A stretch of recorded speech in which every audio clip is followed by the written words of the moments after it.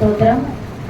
எங்க அக்கா சொன்னாங்க, நான் வந்து 4 வருஷம் ஆச்சு அவங்க, நான் வந்து 7 வருஷம் ஆச்சு இந்த ஆராதனை கலந்துட்டேன். கர்த்தர் என்னை திரும்பவும் கொண்டு வந்தது கர்த்தருக்கு கூடான கொஞ்சம் நன்றி செலுத்துகிறேன்.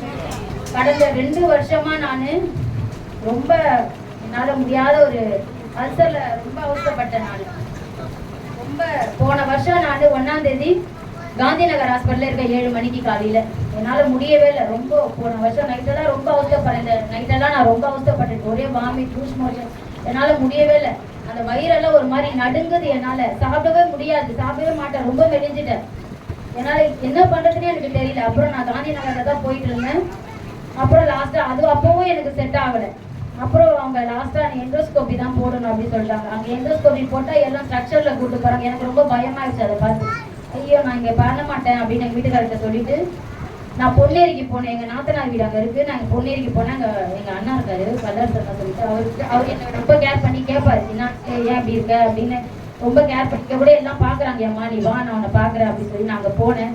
அங்கே போய் அந்த டாக்டர் பேர் வந்து ஆபிரகாம். எனக்கு அங்கே ஒரு ஆபிரகாம் வச்சிருக்கிறார் ஆண்டவர்.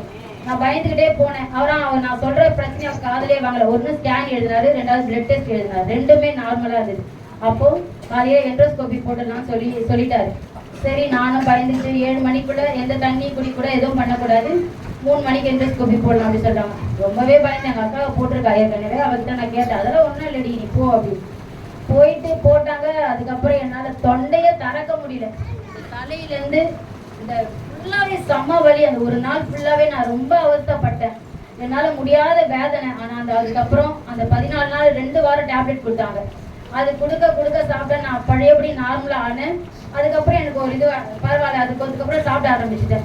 அதுக்கப்புறமே சரியான பலவீனம். எனக்கு எங்கே பார்த்தாலும் வலிக்கும், கை வலிக்கும், கால் வலிக்கும், தூக்கம் இருக்காது. இப்பவும் அப்படிதான் நான் அவஸ்தைப்பட்டு இருக்கேன். ஆனால கர்த்தர் எனக்கு சுகம் தருவார். நான் நம்பிக்கையோடு நான் வந்திருக்கிறேன். கர்த்தர் எல்லாவற்றையும் மாற்றுவார்.